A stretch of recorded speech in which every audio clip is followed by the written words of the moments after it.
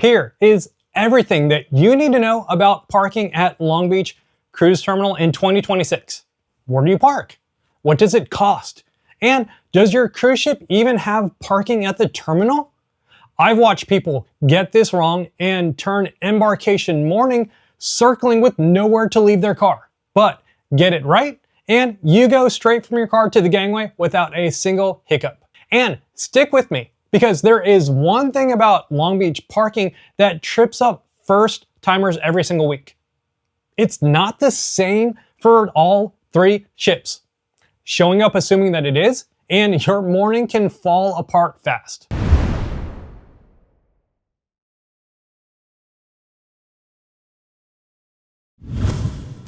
My name is Ruben. I have spent over 200 days sailing on Carnival, earning the highest status of Diamond. And I sail exclusively out of Long Beach on the Panorama, Frenzy, and Radiance. Even Carnival crew watch my videos to learn about the ships. And a quick note before we start, because it trips people up. A lot of people think Carnival sails out of Los Angeles. You're not driving to the port of LA in San Pedro. No, you are going to the Long Beach Carnival Cruise Terminal. Put that in your GPS, because going to the wrong cruise port terminal could seriously mess up your entire cruise. In the last 6 months alone, I've sailed on more than 18 cruises all out of Long Beach. So when Google hands you parking info that's out of date, I'm telling you what I actually saw because I was just there in person. These ships are my second home. Now, if you are sailing on Carnival out of Long Beach, you are almost certainly driving in. And parking is the #1 thing that stresses people out before they have even reached the ship. Stay tuned for exactly what this is. Where to go? The first mistake is going to the wrong place. Here's where Carnival throws people off from the start. You don't actually go to Los Angeles City to get on your cruise ship. All other cruise lines sail out of San Pedro, which is in the city of Los Angeles. But Carnival sails from the city of Long Beach, which is still in the county of Los Angeles. The Long Beach terminal has this big, huge white geodesic dome right next to the Queen Mary. It's a landmark. It's easy to find, and your GPS will get you there super easy. In fact, instead of putting in the address of 231 Windsor Way, I just put in Queen Mary. Pro tip, you will see plenty of freeway signs for the Queen Mary and exactly 0 for Carnival. So if you follow the signs to the Queen Mary, you will end up in the right place. And once you're there, everything happens inside this dome. Now, I cover everything in my full Long Beach Terminal guide that you can watch here. When to go? Let's get to our second mistake, when to go. Your check-in appointment is the anchor for your entire day. Carnival staggers arrival times to cut down on traffic and lines. If you didn't know this, then you need to watch this video where I explain everything about online check-in and how to pick your arrival time and which one to pick. Remember that these are arrival windows, not boarding times. The time listed is when you should get to the outside of the dome. Here's where the timing mistake comes into play. Depending on the parking situation, you do not want to actually arrive at the port in your car at the arrival time window. You'll be too late. I personally like to show up anywhere from 30 to 60 minutes before my arrival window. That usually gives enough cushion for what comes next. Speaking of what comes next, make sure you like and subscribe, because in a few weeks, I am giving a full walkthrough of everything you can expect on Embarkation Day at Long Beach. That is your part 2 for this video, and you don't want to miss it. The 4 parking options. Option 1, on-site parking. This is by far the easiest option. You pull in, you park, and you walk to the ship.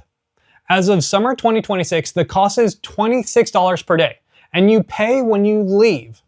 The upside is obvious. It's the closest, there's no shuttle, and your car is sitting there waiting for you the second you walk off the ship.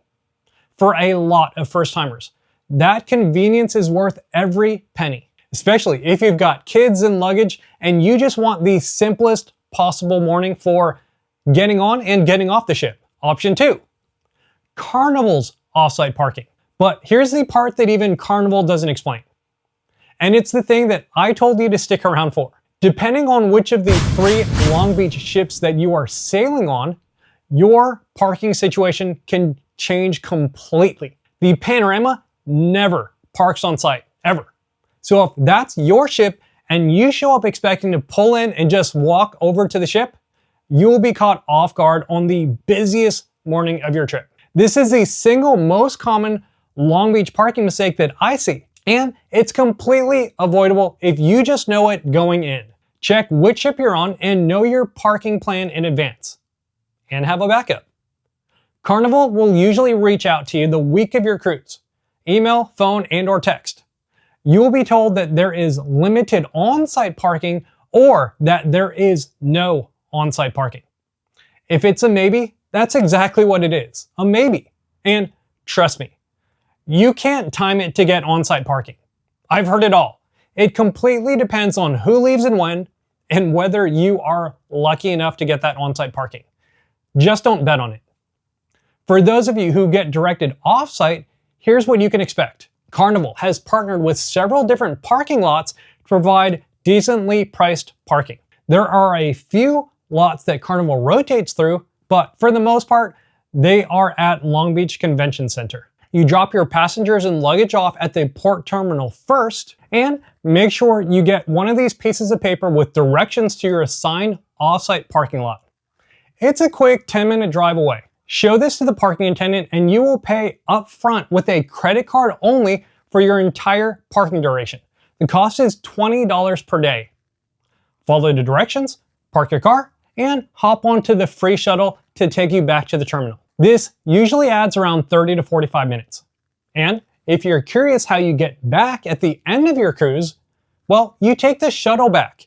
You and everyone else in your party take all of your luggage, you will give it to the shuttle person and they will stow it underneath the bus, and then you will all take the shuttle back to parking. Now, one thing to note about this is that there is an elevator on the far side corner, and it's a longer walk, or you can take the stairs. So that's just something to note. And there are no people there to help you with your luggage. So that is something that you need to plan for and be aware of. The other thing to note is that the shuttle lines can get quite long as the day goes on. Option 3, private offsite parking. Now that was Carnival parking. Now I can see the hamster wheel spinning for some of you already. Is it cheaper to park at a private lot? Maybe. It depends on which lot you find and how long you are staying there. It definitely could be. Now, here are a few things that you need to keep in mind. Check third-party sites like parkingnearairports.io. They let you lock in hotel lots at a cheaper daily rate. But make sure you check the price all the way to the end. When I got my parking, there was a super low daily rate, and then when I clicked on it, they added a service fee that brought the total up that was actually more than others that had a higher per day fee. Check where the parking lot is. Some are a lot farther than others. Now, that leads me to the Uber math. Factor your ride getting there and back. It's usually $15 to $20 each way. So a 5-day sailing costs $100 at the Carnival offsite lot. You might find a private lot for $75.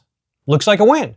Until you add $30, $35, or $40 for Uber with the tip, and now your cheap lot costs $105 or $115, which is more than the $100, and the Ubers usually take longer, especially when you come back to the ship. So always run the math and see which one makes more sense. Also, technically, you're not allowed to use Carnival's lots for back-to-back parking. Now, those sailings are long enough that it's usually less expensive to park elsewhere anyway. And the most important thing to note, these third-party parking sites are notorious for canceling prepaid reservations, especially when there is a big event like the Long Beach Grand Prix. This is because they know that they can charge other people way more. I've heard of horror stories of cruisers showing up the morning of their cruise and getting turned away even though they already prepaid for their parking. So check the Long Beach event schedule, have a backup plan, and get there early. A prepaid reservation is worth a lot more at 9 a.m. than at noon. Oh, And when your Uber drops you off at the terminal, if you see a crazy long line of cars, there's a trick for that. And I'll give that to you in a little bit. Option 4, hotel parking. This one is actually great, but only if you're staying at a hotel the night before anyway. You leave your car at the hotel. I did this at the Hilton Long Beach because they have a park and cruise package. You stay for a night and you can leave your car for up to 7 days of parking that's included.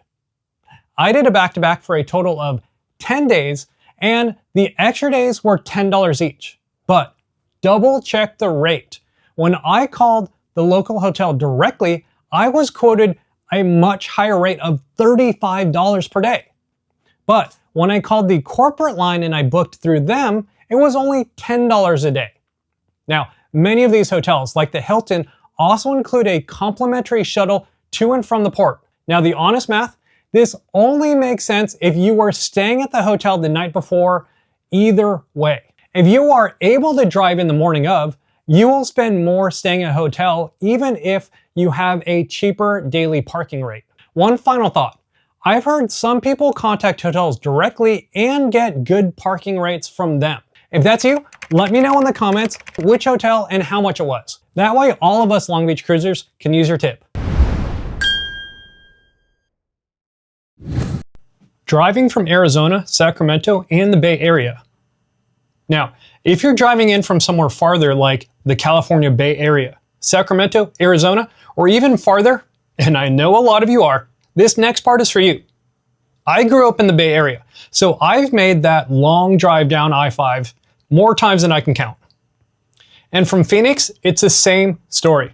5 to 6 hours on a good day, but the freeways into the LA Basin do not do good days. If you hit it anywhere near rush hour, you can add 2 hours just like that. So here's what I tell everyone. Do not drive in the morning of your cruise. Come in the night before. And this is where the hotel move gets even better for you. Because some hotels near the port bundle your room with up to a full week of parking and a shuttle to the terminal. So instead of paying $26 a day and hoping the garage has space, your car sits at the hotel the entire cruise. Sometimes for less than what the garage would have cost by itself. You sleep in, you shuttle over fresh, and you walk past everyone who left Phoenix at 3 or 4 in the morning. That's what I would be doing.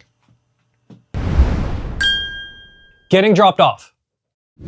Even if you are not the one driving, if someone is just dropping you off, that's the easiest scenario of all. There is a drop-off area right here at the terminal. Your driver pulls in, you unload your bags, and you say, bye-bye. Now, if you have a family member or friend that's willing to drive you to the port, that is the cheapest and fastest way to start your cruise. Just have your bags organized before you get there, so you're not digging through the trunk to find your documents. Because the worst mistake you can make is checking your bags to realize your boarding pass and your documentation were left in there. Now, here's the trick I promised. If you see a crazy line of cars backed up even before you enter the terminal, you can save a huge amount of time by going all the way to the left and getting dropped off at the Queen Mary parking lot. The walk is about 200 feet to the terminal and it is way quicker. One note, the Queen Mary parking lot occasionally closes for special events. And now that there's an amphitheater there as well, event days get crazy and you will not be able to get dropped off. So check the Queen Mary website to see if their parking lot will be open on your sailing date and when you come back. And this is exactly why I do not want you trusting Google when you do a search. My friend Joshua asked Google, and it told him that there was a permanent wall blocking the Queen Mary parking lot to the Carnival terminal. But that's not true. It was just a temporary wall that got put up June 15th, but was taken down June 30th. So now you know where to go instead of trusting ChatGPT or AI. Go to the Queen Mary website. The reason I know this is because I'm here multiple times a month, and I see it with my own eyes. ADA parking. Now, let me answer something I get in the comments. What about accessible parking? If you have a valid disabled placard or license plate, there are ADA spaces in the on-site parking garage, and you pay the same daily rate as everyone else. But here's the catch. It is first come, first serve. If the accessible spots are full, you get sent off-site like everyone else. Now, Carnival says accommodations are in place for guests with mobility limitations on that off-site shuttle, but they do not spell out the details publicly. So if you use a wheelchair, call guest services and confirm exactly what that shuttle can do for you before you count on it. But here's the one thing that shuttle will not do for you either way. At the terminal on your way out, there are porters to take your bags. At the off-site parking lot on the way back, there are no porters. You are getting your own luggage off that shuttle and over to your car. So here's my tip. If handling your own bags is hard, the least stressful setup is to park off-site somewhere where you can take an Uber to the terminal and back, where someone can help you. It might cost a little more, but for a lot of you, this is totally worth it. Now, that's everything that you need to know about parking at the Long Beach Carnival Port Terminal. If you're sailing soon, your very next thing needs to be to nail check-in itself, like picking your arrival window and which time you should actually grab. Because the perfect parking plan only works if you pick the best arrival time for you to build it around. So check out my How to Check In for Your First Carnival Cruise video right here.